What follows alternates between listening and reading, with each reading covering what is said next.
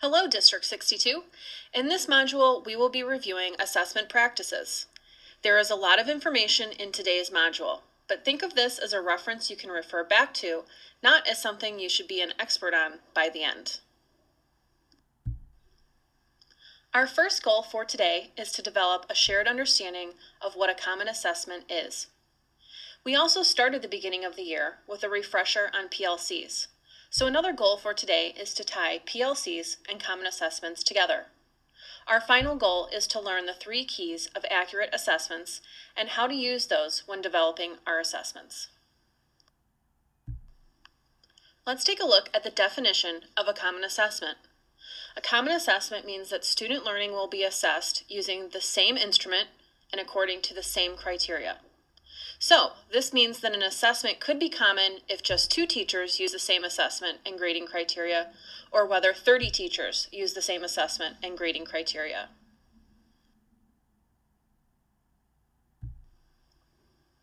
There are different levels of common assessments. District-level common assessments are larger, often multi-topic assessments given just a few times a year or even less. They are on-grade level assessments directly aligned to the curriculum that should not be modified.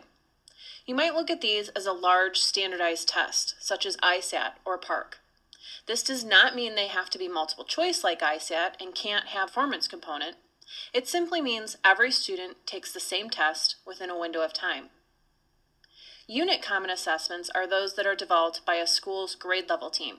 Even if a specials or middle school department creates these together, teachers can differentiate the test based on where their students are at, tailor it to a school theme, or integrate it with another subject, whatever the needs of the school and teachers are.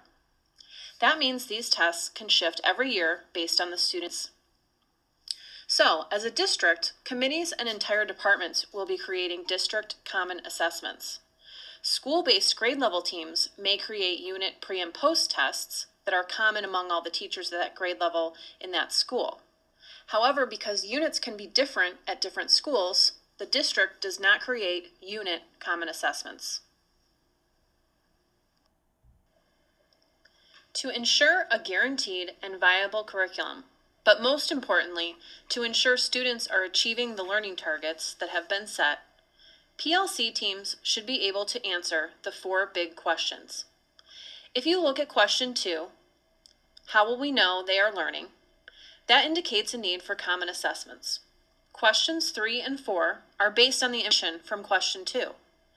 In order to answer those 3 questions, we need common assessments to provide common data to us to use as a PLC.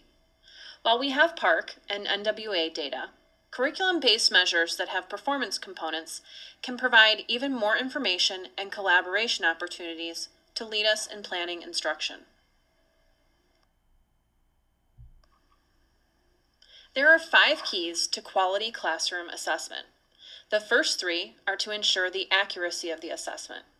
The 4th and 5th keys are to ensure the data is effectively used to continuously increase student learning. Today's module will focus on the first 3 keys when creating accurate assessments.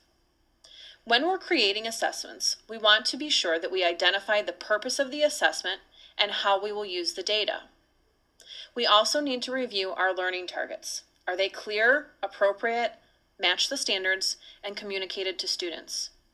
Students need to understand the expectation of their learning in order to achieve a target. The third key is about sound design. Are the methods that we're choosing the appropriate ones for the targets?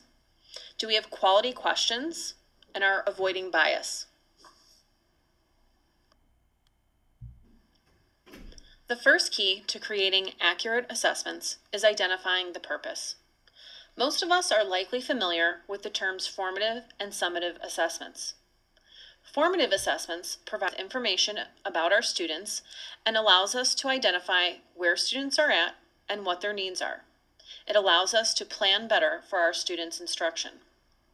Summative assessment measures student learning and achievement at the end of instruction. So when we sit down to write an assessment, we first need to ask why we're assessing. Are we assessing for learning or of learning? In grades 2 and up, Formative assessments can often be given prior to any instruction. Primary students often need some instruction before the first formative assessment.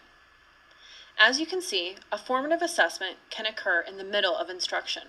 It could be a more formal assessment, like a quiz or piece of writing, or it could simply be the teacher observing demonstration of skills in a lab or creating a piece of artwork.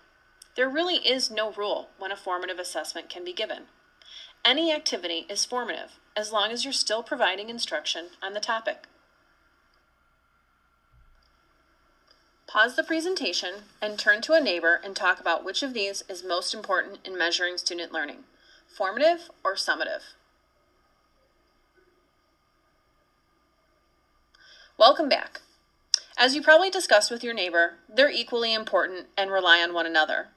Formative assessments help determine a course of instruction for students and allow us to differentiate. Summative assessments inform us if students achieve the target or not. They provide us with information about the scope and sequence of our curriculum, as well as whether or not we need to change our teaching strategies. The second key to developing quality assessments is having clear learning targets. Over the past year, we have looked at setting clear learning targets and communicating them with our kids. We need to be sure that we choose the correct method of assessment to match the complexity and rigor of the target. The target method match is quite simple. Look at the language of the learning target and be sure that the type of question in the assessment is accurately measuring whether students are meeting the targets. Let's look more at assessment methods on the next slide. The third key to high-quality assessments is determining the right method. It's closely tied to having clear learning targets. If the target is unclear, the method is difficult to identify. The first method of assessment is selected response. Selected response is easy to use and score because the correct answers are explicit. The student is right or wrong. The second method is a written response, requiring students to construct an answer to a question or as part of a task. It's graded with a rubric. The third method is a performance assessment. This can range from a lab with a written response to creating a solution to a problem after conducting research. Assessments can have one method or all three. It all comes back to the student learning targets that you are assessing. Here you can see the level of complexity and rigor that selected response, written response, and performance assessments generally fall into using the depth of knowledge and Bloom's taxonomy. If the learning target falls on the lower level of the depth of knowledge or Bloom's, then a selected response may be appropriate to assess students' learning. If the learning target has a higher level of complexity requiring higher level thinking skills, a written response or performance assessment may be more appropriate. Unlike Bloom's taxonomy, the depth of knowledge wheel is not about the verbs. It's about the context in which the verb is used and the depth of thinking required by students. Let's take a look at 3 different depth of knowledge levels with the same verb. You can see how the complexity increases from describing characters to describing a model. It's the same verb, but very different levels of complexity because of the context.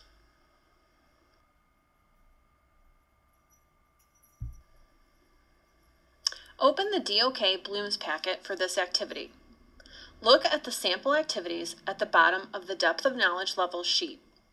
Complete the depth of knowledge activity. See if you can identify the correct depth of knowledge level for the sample activities at the bottom of the page. You may also use this time to look at the depth of knowledge levels for 4 content areas, or the depth of knowledge levels for fine arts, PE, and health. Let's check our answers and see how we did. Remember, it's not about getting them all correct, although you're a rock star if you did.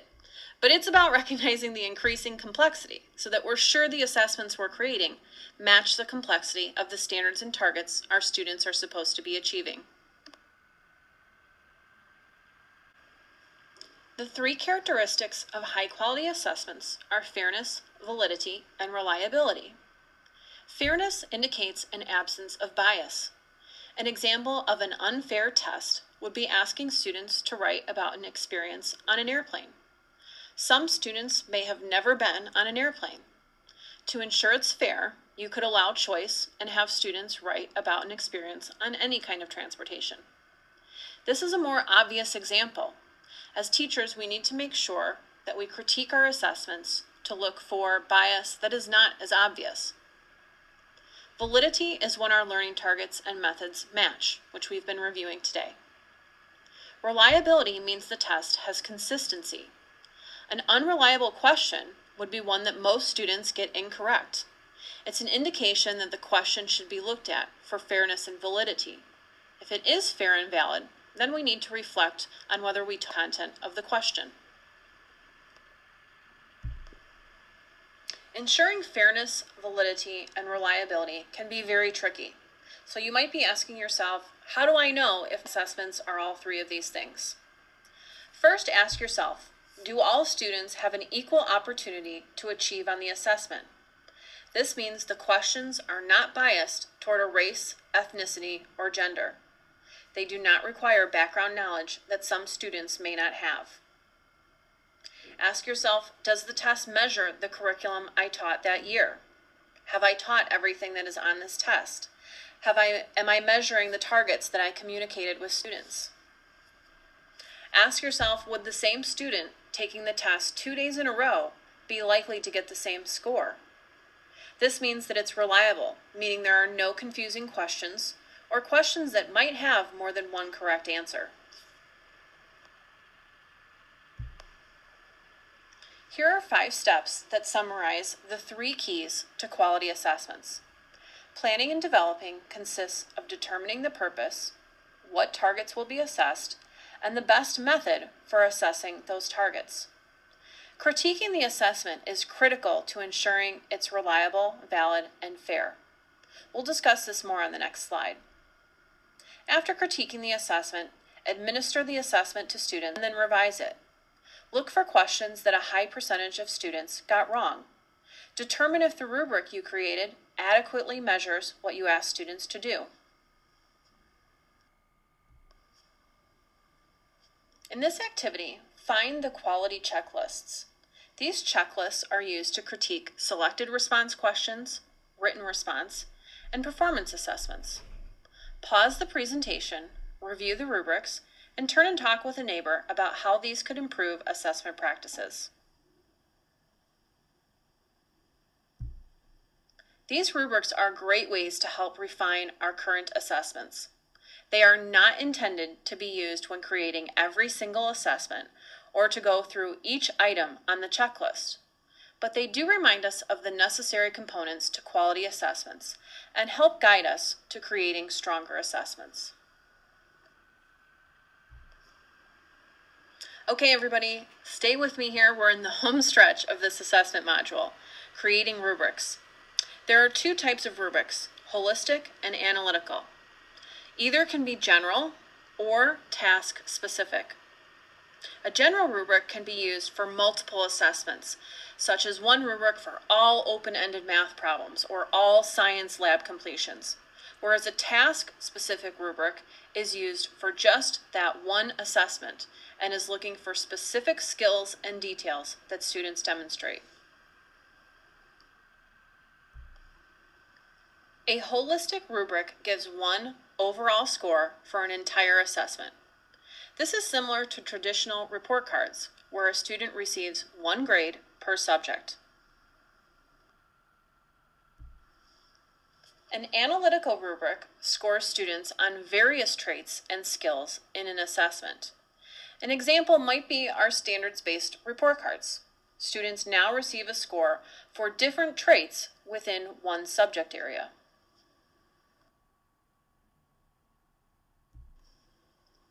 Now that we've reviewed the 2 types of rubrics and their purposes, take a moment to pause the presentation and review the rubric samples. Discuss with a partner ways you've used a rubric in the past or how you plan to use them in the future.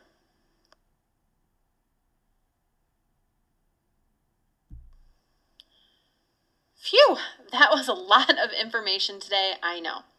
We don't expect this information to have totally stuck, but I do strongly encourage you to refer back to this module as you develop common assessments or assessments that you're just using in your own classroom. So I think we met our goals for today. We went over what a common assessment is. We reviewed the relationship between common assessments and PLCs. And we reviewed the 3 keys to accurate assessments. So after all of that information, where are we as a district with common assessments? K English Language Arts has performance tasks. No additional common assessments are being developed at this time. The Common Core Math Committee is in the process of developing K-8 common assessments with a performance component. Science Committee will be developing common assessments at the middle school level during the 2014-15 school year after curriculum mapping is complete.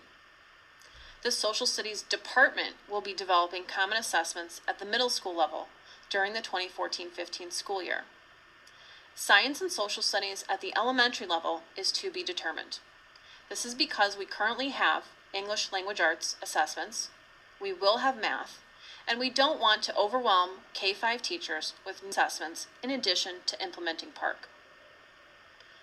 I anticipate K-8 math, 6-8 science, and 6-8 social studies having common assessments ready for implementation in the fall of the 2015-16 school year. All other specials departments will be developing common assessments K-8 during their department meetings in the 2014-15 school year. So I know you're all dying for more information on assessments, but that's all I've got for you.